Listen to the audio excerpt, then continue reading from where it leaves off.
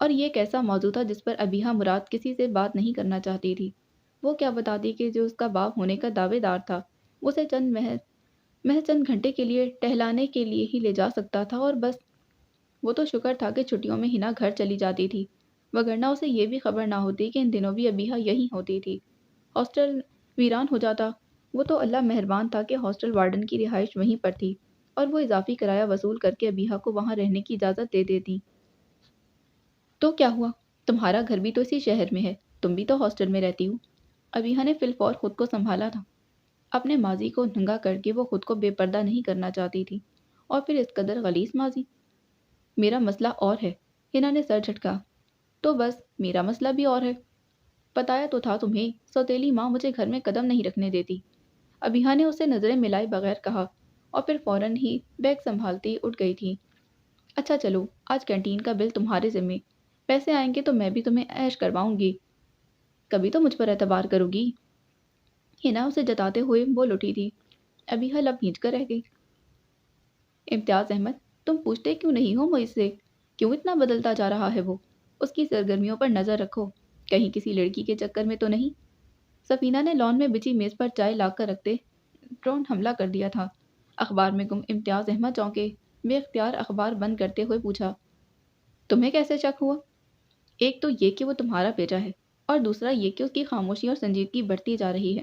شادی کا نام لوں تو یوں بدکتا ہے جیسے کسی گناہ کا کہہ دیا ہو۔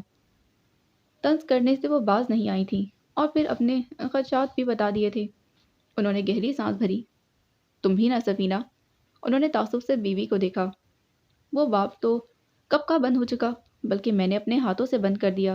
دل کی مرضی سے تم سے شادی کی، مگر تمہیں آج تک یقین نہیں آ سکا۔ ہاں، سفینہ کی صاف گوئی میں ہٹ دھرمی کی جھلک تھی، کیونکہ مجھے کبھی لگا ہی نہیں کہ وہ باب مکمل طور پر بند ہوا ہے۔ کہیں نہ کہیں اس تحریر کی جھلک مجھے دکھائی ہی دے جاتی ہے۔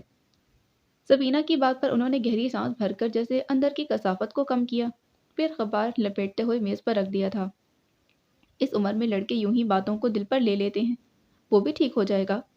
انہوں نے گول مول سا تبصرہ کیا، مگر وہ سفینہ امتیاز تھیں جنہوں نے گزرے 25 برسوں میں ان کا ماضی نہیں بھلایا تھا اور نہ ہی انہیں بھولنے دیا تھا، تو اپنے لاڈلے بیٹے کے معاملے میں کیسے چپتی؟ اگر کوئی مسئلہ ہے تو مجھ سے شیئر کرے نا، پہلے بھی تو ایسے ہی کرتا تھا، مگر اب تو 2-3 سالوں سے جیسے اپنے آپ میں ہی سمٹ کر رہ گیا ہے۔ ٹھیک ہو جائے گا آہستہ آہستہ، وہ محتاط سے انداز میں کہہ کر چائے پینے لگے۔ سفینہ نے تیز نظروں سے انہیں دیکھا۔ یعنی کوئی مسئلہ ہے اس کے ساتھ؟ امتیاز احمد گڑبڑا سے گئے تھے۔ یہ میں نے کب کہا؟ میں تو برصغیر تذکرہ کر رہا ہوں۔ ہو سکتا ہے کوئی مسئلہ ہو اس کا، آہستہ آہستہ ٹھیک ہو جائے گا۔ سفینہ ڈھیلی پڑ گئی تھی۔ یونیورسٹی کے بعد چند گھنٹوں کے لیے تمہاری فیکٹری میں بھی تو بیٹھتا ہے، خریدنے کی کوشش کرو اسے۔ صحیح کہہ رہی ہو، وہ فرما برداری سے بولے۔ کیا کہتے؟ بیٹے کے گزرے سالوں کا ایک ایک پل وہ جانتے تھے۔ ان کی خواہش پر وہ خارزار پر چل پڑا تھا۔ اگر سفینہ جان جاتی کہ باپ بیٹا کس بات کی ہمراز ہیں تو قیامت سے پہلے ہی شاید اس گھر میں قیامت آ جاتی۔ زارا اور عزت اندر سے کسی بات پر الجھتے ہوئے چلے آ رہے تھے۔ ان دونوں کی توجہ بڑھی۔ ماما دیکھ رہی ہیں اسے، کتنا بگڑ رہا ہے یہ۔ آئندہ میں ابو کے ساتھ کالج جاؤں گی اور انہی کے ساتھ ہی واپس آؤں گی، یا پھر بھائی کے ساتھ۔ وہ دھپ سے کرسی پر بیٹھی۔ اس کا منہ پھولا ہوا تھا، جبکہ عزت کے ہونٹوں پر دل جلانے والی مسکراہٹ تھی۔ امتیاز احمد بے اختیار مسکرا دیے۔ کیوں بھائی، کیا معاملہ ہو گیا؟ ہماری چہچہاتی چڑیا اداس کیوں ہے؟ موسم تو بہت اچھا ہے، آج پھر موڈ کیوں خراب کیا؟ انہوں نے پیار سے پوچھا تو سفینہ کے دل میں ہمیشہ کی طرح سکون سا بھرتا چلا گیا۔ امتیاز احمد کا اولاد سے محبت کرنا انہیں ہمیشہ اپنے پیروں کی مضبوطی کا احساس دلاتا تھا۔ ہاں ہاں، پوچھیں اس سے۔ ایک تو اسے پک اینڈ ڈراپ کرو، دھوپ میں گھنٹوں کھڑے ہو کر اپنا رنگ جلاؤ اور اسے دیکھیں احسان فراموش۔ عزت نے کباب اٹھایا۔ تو کون کہتا ہے وہاں آ کے لڑکیوں کو تاڑنے کی ڈیوٹی سر انجام دو؟ زارا تنکی تھی۔ دیکھا آپ نے، نیکی کا تو کوئی زمانہ ہی نہیں۔ وہ شاکی ہوا، مگر اس کی نگاہوں اور انداز سے جھلکتی شرارت واضح تھی۔ میں باز آئی ایسی نیکی سے۔ زارا نے دونوں ہاتھ جوڑ کر ماتھے سے لگا لیے۔ عزت، کیوں تنگ کرتے ہو بہن کو؟ سفینہ نے پیار سے بیٹے کو گھرکا۔ بھری دوپہر میں اپنے کالج سے اس کے کالج تک جاؤ، وہاں جلتی دھوپ میں کھڑے ہو کر اس کا انتظار کرو۔ بہن صاحبہ پھر بھی راضی نہیں۔ وہ اپنے کپ میں چائے انڈیلتا متاثر ہوا۔ ہاں، اور وہ بھی بتاؤ نا جو مجھے آرڈر کر رکھا ہے کہ آدھے گھنٹے سے پہلے کالج گیٹ سے باہر نہ نکلوں۔ زارا تلملائی تھی۔ پھر اس کی شکایت لگانے لگی۔ درخت سے ٹیک لگا کے ہیرو کا پوز مارے کھڑے رہتا ہے جب تک ساری لڑکیاں چلی نہیں جاتی۔ امتیاز احمد کے ہونٹوں پر مسکراہٹ چمکی، جسے بیٹی کی ناراضی کے ڈر سے چھپا گئے تھے۔ البتہ سفینہ نے بیٹے کو گھرکا۔ عزت، کیا سن رہی ہوں میں؟ ظاہر ہے جو آپ کی بیٹی بتائے گی وہی کچھ سنیں گی آپ۔ ہم مردوں کی اس گھر میں کم ہی چلتی ہے، کیوں ابو؟ وہ بات کو کہیں کا کہیں لے گیا تھا۔ امتیاز احمد ہنس دیے تھے۔ اب آپ ہی بتائیں ماما، اتنی گرمی میں اتنا فاصلہ طے کر کے روز اسے لینے جاتا ہوں، اب دھوپ میں جلنے کا کوئی فائدہ بھی تو ہو، چند حسین چہرے دیکھ کر فریش ہونے میں کوئی حرج تو نہیں؟ وہ ٹٹائی سے بولا تو زارا روحانسی ہونے لگی۔ دیکھ رہی ہیں آپ کس قدر بے شرم ہے یہ، ذرا جو اپنے کرتوت چھپاتا ہو۔ وہ دونوں جڑواں تھے، ایک دوسرے سے لڑتے جھگڑتے مگر دوسرے ہی پل گہرے دوستوں کی مانند ہو جاتے۔ باطل سے ڈرنے والے اے آسماں نہیں ہم، 100 بار لے چکا تو امتحان ہمارا۔ عزت نے بڑے سٹائل سے شعر پڑھا تھا۔ عزت نے بڑے سٹائل سے شعر پڑھا۔ اوفو، چائے ٹھنڈی ہو رہی ہے، جاؤ زارا بھائی کو بلا کر لے آؤ، اتنے اچھے موسم میں بھی آ کر کمرے میں بند ہو گیا ہے۔ سفینہ نے بات سمیٹی۔ وہ تو میں چلی ہی جاؤں گی۔ وہ جھٹکے سے اٹھی، پھر انگلی اٹھاتے ہوئے بولی، مگر اس مسئلے کا حل بتائیے مجھے۔ دھوم مچی ہوئی ہے وہاں لڑکیوں میں کہ پتہ نہیں یہ ہیرو کسے لینے آتا ہے۔ عزت کا کہکا بے ساختہ تھا۔ تعریف کا شکریہ، وہ اداب بچا لایا۔ زارا پاؤں پٹکتی اندر چلی گئی۔ کیوں تنگ کرتے ہو اسے؟ سفینہ نے تنبیہی نظروں سے بیٹے کو دیکھا۔ اسے شوق ہے تنگ ہونے کا، میری تعریفوں سے جیلسی ہوتی ہے اور بس۔ وہ لاپرواہی سے بولا اور اپنا کباب ختم کرنے لگا۔ زارا دروازہ کھٹکا کر اجازت لے کر موئز کے کمرے میں داخل ہوئی تو وہ شیشے کے آگے کھڑا بال سنوار رہا تھا۔ اتنے اچھے موسم میں آپ کمرے میں کیا کر رہے ہیں؟ زارا مسکرائی۔ دیکھ تو لیا ہے کہ تم نے، اب کیا بتاؤں؟ وہ برش لہرا کر بولا۔ چائے ٹھنڈی ہو رہی ہے اور میرا موڈ خراب۔ زارا نے منہ پھلایا۔ وہ برش رکھ کر پلٹا۔ کیا ہوا؟ پھر کوئی نئی لڑائی؟ وہ اس کے ساتھ چلتے ہوئے کمرے سے باہر آئی تو پورے جوش و خروش سے اسے عزت کی شکایت لگا رہی تھی۔ اسے زارا کے ساتھ آتے اور پوری توجہ سے بہن کی بات سن کر مسکراتے دیکھ کر سفینہ کا دل مطمئن ہو گیا تھا۔ موئز کے لیے کپ میں چائے نکالنے لگی۔ زارا کے لیے ان دنوں ایک بہت اچھا پروپوزل زیر غور تھا۔ رات کے کھانے کے بعد چائے کا دور چلا تو موضوع زیر بحث آ گیا تھا۔ میں تو ہر طرح سے مطمئن ہوں، اچھی فیملی ہے، لڑکے کے متعلق بھی اچھی رپورٹ ملی ہے۔ امتیاز صاحب نے گویا اب گیند سفینہ کے کورٹ میں پھینک دی تو انہوں نے مدد تک نظروں سے موئز کو دیکھا۔ اچھے لوگ ہیں ماما، پھر سفیر کو تھوڑا بہت تو میں پہلے سے بھی جانتا ہی ہوں، بڑی اچھی طبیعت کا بندہ ہے۔ گویا موئز بھی راضی تھا۔ اور میری طرف سے تو ہاں ہی ہاں ہیں۔ عزت نے ہاتھ اٹھا کر رضامندی دی تو کچن میں برتن دھوتی زارا تل ملائی۔ اس کو تو میں پوچھوں گی، بڑا شوق ہے اسے میری شادی کروا کر اپنا راستہ کلیئر کروانے کا۔ ابھی تو پڑھ ہی ہے۔ وہ متذبذب تھی۔ اتنا اچھا رشتہ ہاتھ سے جانے بھی نہیں دینا چاہیے۔ اور بیٹی کو تو نو عمری کا خوف بھی لاحق تھا۔ سال ہی تو رہ گیا ہے ماما، گریجویشن کمپلیٹ ہو جائے تب تک شادی کر دیجیے گا، فی الحال منگنی کی رسم کر لیں۔ موئز نے مشورہ دیا۔ مسز ریاض تو ہتھیلی پر سرسوں جمانے کو تیار ہیں بیٹا، سفیر کا ارادہ ہے فرانس جانے کا، ان کا خیال ہے کہ نکاح کر دیں ہم زارا کا۔ سفینہ نے نئی بات بتائی تو لمحہ بھر کو سب چپ رہ گئے۔ فرانس کیا کرنے جا رہا ہے؟ امتیاز احمد کو اچنبھا ہوا۔ ان کا یہاں تو بہت اچھا بزنس چل رہا ہے۔ باپ ہے، 3 اور بھائی بھی ساتھ ہیں۔ پتہ نہیں، کوئی ریفریش کورسز کے لیے جانا چاہتا ہے، وہاں ماموں ہوتے ہیں اس کے۔ سفینہ نے بتایا تو امتیاز احمد نے ہنکار بھرا۔ میری تو خواہش تھی کہ موئز اور زارا کی کھٹی شادی کروں۔ سفینہ نے اچانک ہی اظہار کر دیا۔ امتیاز احمد نے بے اختیار موئز کو دیکھا، جس کے تاثرات میں فوراً ہی پتھریلا پن اترنے لگا تھا۔ اپنی بات کہہ کر سفینہ اب منتظر نگاہوں سے موئز کو دیکھ رہی تھی۔ وہ ذرا سا جھنجھلایا۔ میرا یہاں کیا ذکر؟ حالانکہ ذکر تو میرا ہونا چاہیے، میرے ساتھ پیدا ہوئی ہے وہ۔ عزت نے منہ بسورا، مگر سفینہ شاید اس بارے میں سنجیدگی سے سوچ رہی تھی۔ کیوں، کیا تم شادی نہیں کرو گے کبھی؟ فی الحال تو آپ زارا کی شادی پر فوکس کریں، میں اس معاملے میں ابھی تک کچھ نہیں سوچ پایا۔ وہ ماں سے نظریں چرا گیا تھا۔ تو اب سوچ لو، دنوں میں لڑکی مل جائے گی میرے شہزادے بیٹے کے لیے۔ سفینہ مسکرائی اور پیار سے اسے دیکھا۔ امتیاز احمد کا دل گھبرا سا گیا۔ صحیح کہہ رہا ہے یہ، تم زارا کے متعلق سوچو ابھی، اور اس کی کون سی عمر نکلی جا رہی ہے، سوچ لینے دو اچھی طرح۔ امتیاز احمد جس طرح بجلت بولے تھے، سفینہ کو تحیر نے گھیرا، جبکہ باپ کی طرف اٹھنے والی موئز کی نگاہ میں شکوہ تعصب تھا، بڑی جتاتی ہوئی نگاہ تھی اس کی۔ کمال ہے، میں چاہتی ہوں کہ زارا کے جانے کے بعد اس گھر میں ایک رونق آ جائے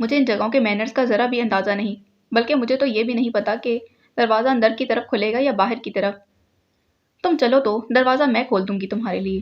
ہنا بڑی پراعتماد تھی، کیونکہ جس کلاس سے اس کا تعلق تھا وہاں ہوٹلنگ عام سی بات تھی، مگر ابیہا تو اپنی زندگی میں پہلی بار کوئی ہوٹل دیکھنے والی تھی۔ ہنا کا ہاتھ تھامے وہ کسی چھوٹی سی بچی کی طرح اندر داخل ہوئی تو اسے کی خنک ماحول نے اس کا پرتپاک استقبال کیا تھا۔ ڈھیر سارے لوگ، باتوں کی جھنجھناہٹ، برتنوں کا شور، تیز رفتاری سے آتے جاتے ویٹرز۔ ابیہا کی ٹانگیں لرز رہی تھیں۔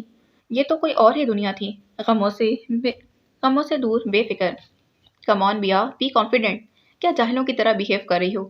ایسی جگہوں پر یوں ظاہر کرنا جیسے کتنی ہی بار آ چکے ہوں۔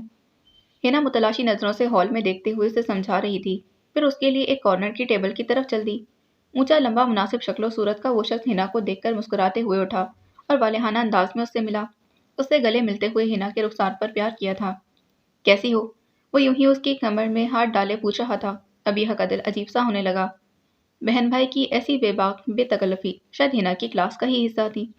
ہنا اسے الگ ہو کر پلٹی اور ابیہا کا ہاتھ تھام کر اسے اپنے ساتھ لیا تھا۔ یہ میری بیسٹ فرینڈ ہے ابیہا، میں نے تمہیں بتایا تھا فون پر۔ ہنا اس کا تعارف کروا رہی تھی، جبکہ مقابل کی گہری نظروں نے لمحہ بھر میں ہی ابیہا کو سر تاپا پسینے میں شربور کر دیا تھا۔ اس کا شدت سے وہاں سے غائب ہو جانے کو جی چاہا۔ Nice to meet you. اس نے ابیہا کی طرف ہاتھ بڑھایا تو اس کی رنگت اڑ گئی تھی۔ اس نے بے اختیار خود کو ہنا کی اوٹ میں کر لیا تھا۔ کم آن سیفی۔ ہنا نے بے تکلفی سے اپنے بھائی کے شانے پر ہاتھ مارا۔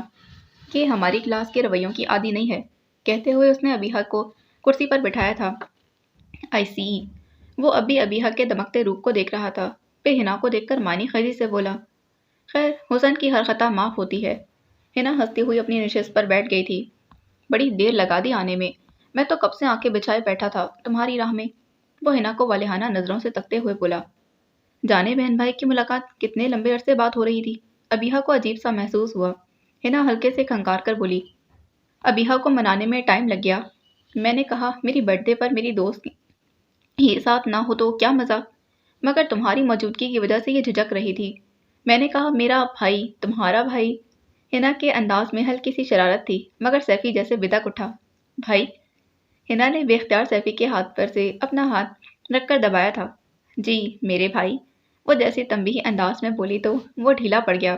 کرسی کی بت سے ٹیک لگاتے ہوئے دھیمی آواز میں بڑبڑایا، لعنت ہے یار، بندہ کم از کم لفظ تو سوچ سمجھ کر نکالتا ہے منہ سے۔ ہنا زور سے ہنسی۔ تمہیں زیادہ اعتراض کس پر ہے، میرے بھائی ہونے پر یا ابیہا کے؟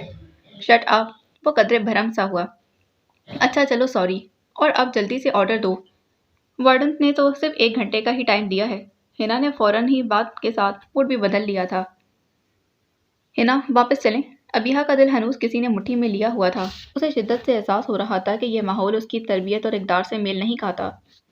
بور کرو نا میری فرینڈ کو۔ بور کر دیا نا میری فرینڈ کو۔ ہنا نے سیفی کو گھورا، پھر ابیہا کو پیار سے دیکھ کر بولی، آئی ایم سوری یار، اسی لیے تو تمہیں کہتی ہوں کہ اپنی دقیانوسیت کی چادر کو اتار پھینکو، ہر جگہ آیا جایا کرو، تبھی تو کانفیڈنس آئے گا تمہارے اندر۔ ویٹر کو کھانے کا آرڈر دے کر وہ دونوں مدھم سرگوشیوں میں بات کرنے لگے تو ابیہا کو اپنی موجودگی غیر ضروری لگنے لگی۔ وہ دھیان بٹانے کے لیے ڈائننگ ہال میں نظریں دوڑانے لگی، جہاں ہر چہرے پر رونق اور بے فکری تھی، اور یہ دونوں ایسی چیزیں تھیں جن کا ابیہا کی زندگی میں فقدان تھا۔ وہ خود ترسی کا شکار ہونے لگی۔ ہر کوئی اپنی فیملی، اپنے فرینڈز کے ساتھ مگن تھا، یوں جیسے کبھی کوئی دکھ انہیں چھو کر بھی نہ گزرا ہو۔ کرسی گھسیٹنے کی آواز پر ابیہا بے اختیار چونکی تھی۔ اس نے سیفی اور ہنا کو کھڑے ہوتے دیکھا۔ کھانا آنے میں تو بھی تھوڑی دیر لگے گی بیا، تم ذرا بیٹھو، ہم ابھی آتے ہیں، ہنا نے عام سے انداز میں کہا، مگر اس کی رنگت اڑ گئی تھی۔ تم کہاں جا رہی ہو؟ یہ بڑا خبیث ہے، میرا گفٹ کمرے میں ہی بھول آیا ہے اور اب اکیلے لانے پر راضی نہیں ہے۔ جا کر دیکھوں تو صحیح ایسا کون سا نادر گفٹ دیا ہے۔ بس میری جان، میں 2 منٹ میں آئی، وہ اسے پچکارتے ہوئے بولی تو سیفی کی موجودگی میں ابیہا کوئی اعتراض بھی نہ کر سکی، مگر اسے بہت عجیب سا لگا تھا۔ بہن نے اسی شہر اور گھر میں ہوتے ہوئے بھی ہاسٹل میں پناہ لے رکھی تھی، تو بھائی کون سا کم تھا، اس نے ہوٹل میں کمرہ لے رکھا تھا۔ وہ گہری سانس بھرتی، پھر سے لوگوں کا جائزہ لینے میں مصروف ہو گئی تھی۔ ذرا دیر کے بعد ویٹر آ کر برتن سیٹ کرنے لگا۔ ابیہا نے گھبرا کر ادھر ادھر دیکھا، مگر ہنا کی واپسی کے کوئی آثار دکھائی نہیں دے رہے تھے۔ اسے اپنی غلطی کا شدت سے احساس ہوا۔ وہ اپنا موبائل ہاسٹل میں ہی چھوڑ آئی تھی۔ ورنہ کم از کم ہنا کو کال ہی کر لیتی۔ تقریباً 20 منٹ کے بعد وہ دونوں بڑے فریش اور اچھے موڈ میں واپس آئے تھے۔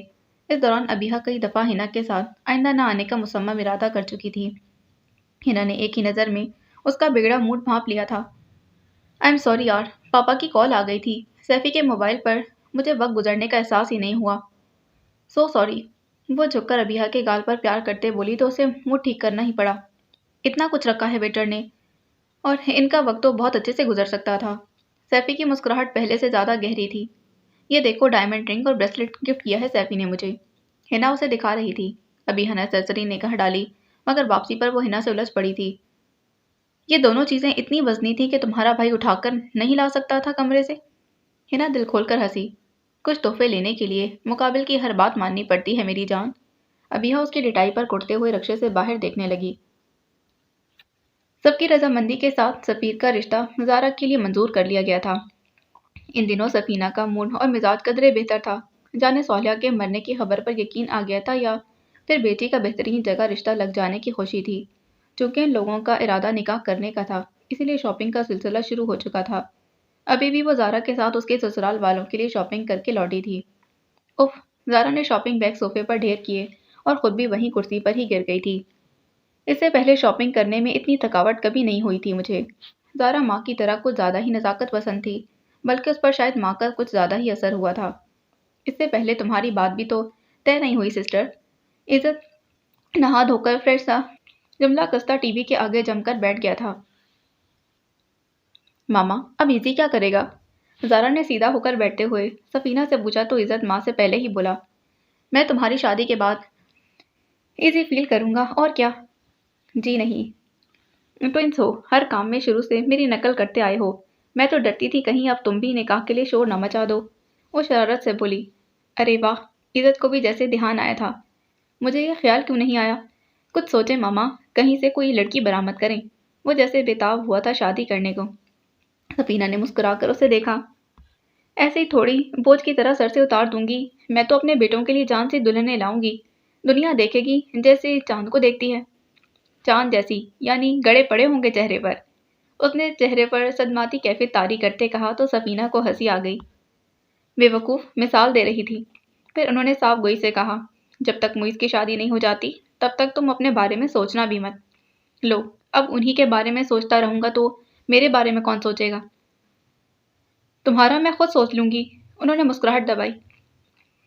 میرا تو خیال تھا کہ اس بلی کے ساتھ ہی بھائی کی نیا بھی پار لگا دیں گی، کم از کم میرا راستہ تو صاف ہو جاتا، پھر میں جب جی چاہے اپنے بارے میں سوچ لیتا۔ وہ یوں ہی باتیں بگاڑتا رہا۔ وہ مانے بھی تو نہ، ایسے بھدکتا ہے شادی کے نام سے جیسے کوئی خطا کرنے کو کہہ دیا ہو۔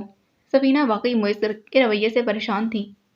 آپ کہیں تو میں پتہ لگاؤں، موصوف کہیں دل نہ لگا بیٹھے ہوں کسی غریب سی لڑکی سے، اور اب اس ڈر سے آپ کو بتا نہ رہے ہوں کہ کہیں آپ اسے ریجیکٹ نہ کر دیں۔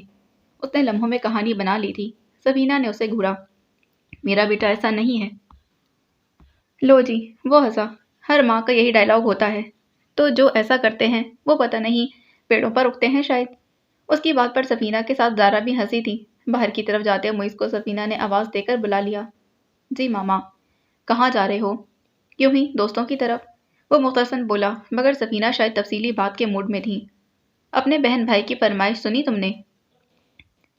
یہ کہہ رہے ہیں کہ زارا کے ساتھ ہی تمہاری بھی شادی ہو جانی چاہیے۔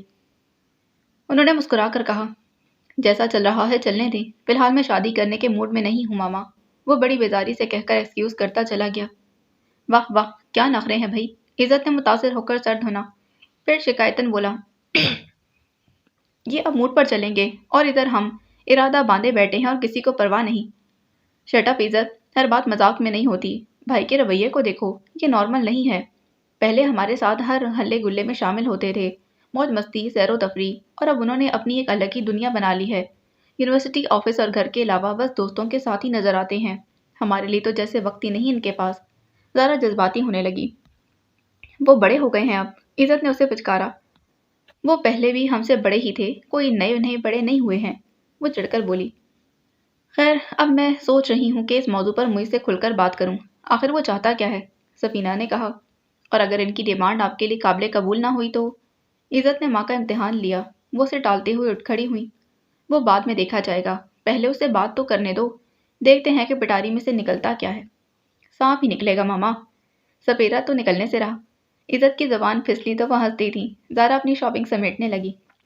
سفینہ نے یہی موضوع امتیاز احمد کے سامنے چھیڑا تو وہ بے ساختہ بولے، تو اس میں غلط کیا ہے؟ جب موڈ ہوگا کر لے گا۔ سفینہ ان کے جواب پر لمحہ بھر کو انہیں دیکھ کر رہ گئیں، پھر بولی، کیا دماغ ملتا ہے باپ بیٹے کا؟ ایسے فیصلے موڈ کے پابند نہیں ہوا کرتے امتیاز احمد۔ اوفو، میرا مطلب تھا کہ اسے سوچنے کے لیے وقت دو، انہوں نے گڑبڑا کر کہا۔ اس کا کام صرف رضامندی شو کرنا ہے۔ لڑکی میں خود تلاش کروں گی اپنے بیٹے کے لیے، اعلیٰ خاندان کی۔ سفینہ نے تفاخر سے کہا تو امتیاز احمد نے بے اختیار پہلو بدلا۔ اتنی جلدی کس بات کی ہے تمہیں؟ پہلے خیریت سے زارا کا نکاح ہو جانے دو، پھر سوچتے ہیں اس بارے میں بھی۔ سفینہ نے انہیں گھورا۔ کمال ہے، میں سوچ رہی تھی کہ تم میرا ساتھ دو گے، مگر تم تو اس کی زبان بول رہے ہو۔ یہ حقیقت ہے سفینہ، اگر ہم معیز کی رضامندی کے بغیر اس کی زندگی کا فیصلہ نہیں کر سکتے، اسی لیے کہہ رہا ہوں کہ کچھ عرصہ صبر کر لو۔ ہو سکتا ہے کہ ابھی واقعی وہ شادی نہ کرنا چاہتا ہو، پڑھ رہا ہے ابھی، لاسٹ سیمسٹر چل رہا ہے اس کا، اس کے بعد فل ٹائم فیکٹری ہی سنبھالے گا۔ تم تو ایسے بات کر رہے ہو جیسے وہ اسکول میں پڑھ رہا ہے، وہ بدمزہ ہو کر بولی۔ تو ان کی گج بحثی سے واقفیت کی بنا پر امتیاز احمد نے بہتر سمجھا کہ اپنا پہلو ہی بچا لیں۔ ویسے بھی معیز خود ہی شادی کے لیے راضی نہیں تھا، وہ اس کی حمایت نہ بھی کرتے تو یہ معاملہ سر چڑھنے والا نہیں تھا۔ چلو ٹھیک ہے، تم جو مناسب سمجھتی ہو وہ کر لو، میں کچھ نہیں بولوں گا۔ وہ مانے تب نہ، سفینہ جھنجھلائیں۔ تو پھر فی الحال اسے اس کے حال پر چھوڑ دو۔ ان کے اطمینان کو سفینہ نے شک کی نظروں سے دیکھا، مگر بولی کچھ نہیں۔ وہ امتیاز احمد کے آفس میں بیٹھا تھا، ان کی بات سن کر اچھل ہی تو پڑا۔ کیا کہہ رہے ہیں آپ ابو؟ اس کو زارا کے نکاح میں انوائٹ کریں گے؟ بے یقینی سے زیادہ ناگواری اس کے لہجے سے ہویدا تھی۔ تو امتیاز احمد نے استفہامی انداز میں بھویں اچکائیں۔ جائز اور شرعی رشتہ ہے اس کا سب سے۔ آپ اپنے لفظوں سے پھر رہے ہیں۔ شادی کے وقت آپ نے کہا تھا کہ اس کا ہمارے گھر اور اس کے مکینوں سے کوئی رشتہ نہ ہوگا، معیز نے بھیجے ہوئے لہجے میں کہا۔ بہت سے فیصلے وقت اور حالات کو دیکھ کر کرنے پڑتے ہیں معیز، اس وقت حالات کا تقاضا یہی ہے کہ میں اسے تنہا نہ چھوڑوں۔ جو ذمہ داری میں نے اللہ اور اس کے رسول صلی اللہ علیہ وآلہ وسلم کو گواہ بنا کر اپنے شانوں پر لی تھی، اسے نبھاؤں۔ وہ بے حد سنجیدہ تھے۔ معیز نے اپنے چیخنے کی خواہش پر بہت مشکل سے قابو پایا تھا۔ خود کو بدقت تمام سنبھال کر وہ تلخی سے بولا، اور ماما، وہ جو قیامت مچائیں گی، اس کا سوچا ہے آپ نے؟ اگر تم میرا ساتھ دو گے تو میں اسے سنبھال لوں گا معیز۔ انہوں نے امید بھری نظروں سے اسے دیکھا۔ معیز نے فی الفور قطعیت سے انکار کر دیا۔ ہرگز نہیں ابو، میں پہلے ہی آپ کا بہت ساتھ دے چکا ہوں، مگر اس سے زیادہ اور کچھ بھی نہیں۔ آپ اسے گھر بلائیں گے تو اپنی ذمہ داری پر ماما کے سامنے آپ کو کھڑا ہونا پڑے گا۔ تم صرف اس کے ساتھ اپنے رشتے کا تعین کر لو معیز، باقی کام میرا ہے۔ معیز نے تعصب سے باپ کو دیکھا، پھر خفیف سے غصے بھرے لہجے میں کہا تھا، اس کا ہر رشتہ صرف آپ سے ہے ابو، میں نے تو فقط ایک مشکل وقت میں آپ کا ساتھ دیا تھا، آپ کا بھرم رکھا اور بس۔ اور بس؟ انہیں اس کے لفظوں نے تکلیف دی تھی۔ جی، اور بس، دیٹس اوور اینڈ آل، وہ تلخی سے کہتا ہوا پھر وہاں رکا نہیں تھا، اٹھا اور آفس سے باہر نکل گیا۔ امتیاز احمد نے بے اختیار اپنے دل کو مسلا، جہاں ہلکا سا درد محسوس کر رہے تھے، جانے میں یہ ذمہ داری نبھا پاؤں گا کہ نہیں۔ زارا کے نکاح کی تقریب شہر کے بہترین میرج ہال میں منعقد ہوئی تھی۔ سفیر اور زارا کی جوڑی بہت اچھی لگ رہی تھی۔ آج معیز کا موڈ بھی بہت اچھا تھا۔ بہت عرصے بعد وہ سب کے ساتھ خوش گپیوں میں مشغول تھا۔ ایسے میں کتنی ہی بار اس نے خود کو کسی کی نگاہوں کے حصار اور کسی کی توجہ کا مرکز پایا تھا۔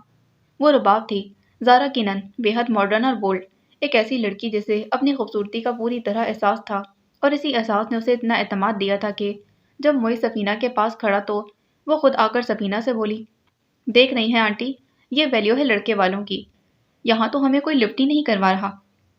بڑا ناز بھرا شکوہ تھا۔ نگاہیں غلط لاپرواہ بنے کھڑے معیز پر تھی۔ کیا ہوا بیٹا؟ سفینہ کی پریشانی فطری تھی۔ بھائی، کوئی کمپنی ہی نہیں دے رہا ہمیں، بور ہو گئی ہوں میں تو۔ ایک عزت سے دوستی ہوئی تھی، مگر آج تو وہ بھی اسٹیج پر بیٹھا پوز دے رہا ہے۔ اس نے منہ بس ہو رہا اور تو سفینہ بے ساختہ مسکرائیں۔ انہوں نے معیز کا بازو تھام کر کہا، تو چلو اب معیز سے دوستی کر لو، یہ بھی تو بہت اچھی کمپنی دیتا ہے۔ سفینہ جیسے اسے معیز کے حوالے کر گئی تھی، ایکسکیوز کرتی اسٹیج کی جانب بڑھی۔ ان دونوں کے درمیان خاموشی ٹھہر گئی تھی۔ اب آپ اپنی زبان دکھائیں گے؟ رباب نے اچانک فرمائش کی تو معیز حیران ہوا۔ جی، وہ کیوں؟ Thank God,